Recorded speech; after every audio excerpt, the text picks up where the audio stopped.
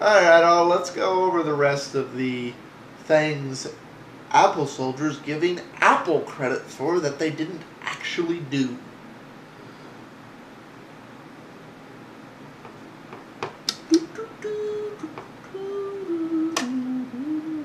This decade, and I don't think there's hardly any way they can top it. Look how they changed digital music and digital music distribution forever with the iTunes Store. Look how they changed desktop computing with OS X in the year 2000. An unbelievable decade for Apple. And when I go back over the past decade, not Intel, not Microsoft, not Linux, not no other company. You know, I know I covered this in the other video, but it bears mentioning again. Linux didn't innovate. Well, that's technically true. There's two kinds. Let me be technical there, because I'm sure some geek out there who's a Apple fan's gonna nail me on this point of subtlety. There's Linux, and then there's Linux. Linux itself is just a kernel. It's the core. The computer and the OS I'm using, we call them Linux. There's a couple hundred flavors of Linux. Well, they're all Linux because they're based on that Linux kernel, that core. But what actually makes the Linux OS is all the other things you stack on top of that. Let's see. Apple, claims to have a better user interface. Well, okay. Apple didn't really create that, although Steve Jobs did, because OS X is basically Next OS, which is what Steve Jobs went and created when he was kicked out of Apple, and then came back. So, that wasn't something made by Apple, that was something made by Steve Jobs, which is, this is the real thing a lot of people worried about. When Steve Jobs leaves Apple, what the hell happens to Apple? Because all the periods where Apple's had any success whatsoever has been with Steve Jobs behind the hell. The Apple company doesn't have a clue what the fuck it's doing. But, getting back onto my note, let's see. 3D innovation. Woo! Well, this is a feature you'd find on a Mac. I'm not on a Mac right now. This feature first appeared, at least in all the current OSs, in Compiz, which is now Compiz Fusion because the Compiz and Barrel projects merge. So let's see, Apple didn't make that. Linux did, although technically it's Compiz.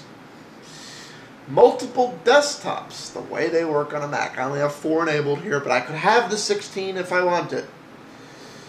Well, let's see. Did that feature appear on a Mac first? Nope. It was in the Linux operating systems first. And most of the quote-unquote innovations like that were in Linux desktop environments long before they were in Mac.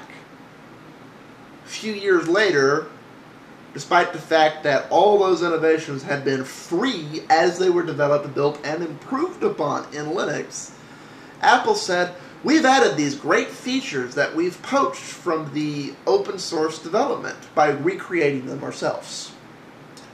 Even though we're not the first to come out with them, give us more money and we'll turn these lovely features on that you could have for free if you were running Linux. And you know what? They haven't managed to get ahead of that curve. Linux is still ahead of them on that curve. So, yeah. Anyways, let's see what else he's going to give them credit for. Open source, or whatever has innovated and pushed society forward as Apple has this past As far as software-wise, they've done all the pushing. decade. And he bashed on Intel before. Most of the hardware innovations that Emeek likes to claim credit for Apple doing, were created by Intel. So, again, all the companies he just said weren't the ones pushing us forward. They were the ones that were pushing things forward so Apple could claim credit. Emeek, stop plagiarizing, please. It's getting annoying. So what about this next decade?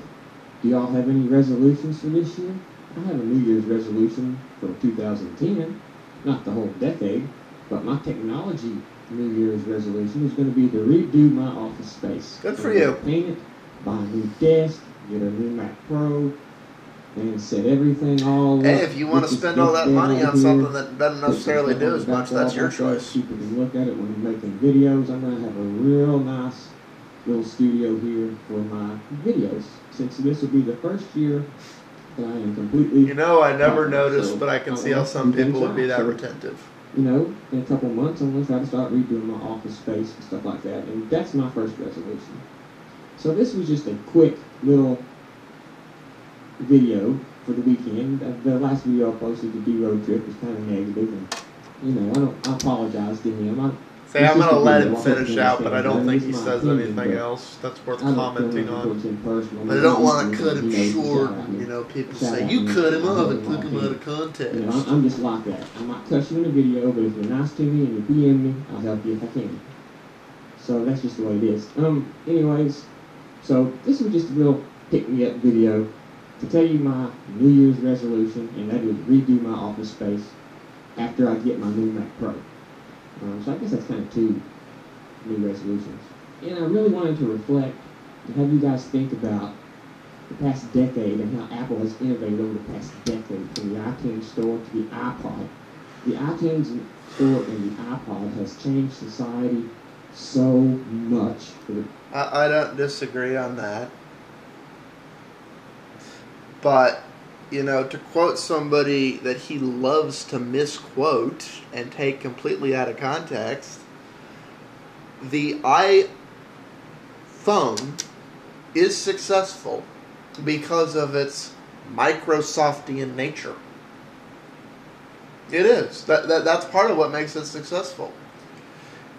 The moment there's a good competitor with a similar infrastructure to the iPhone that is not encompassed in the Microsoftian architecture, and I'd honestly say, even though I wish there was somebody else doing it, Android is a very good candidate for that. I have issues with Android because of Google, but we'll get into that, and the direction it's going. But that's another video. Well, I'm coming up on time, y'all, and he's basically just going over New Year's resolutions, so that's it for this video. More to come, and peace out for now.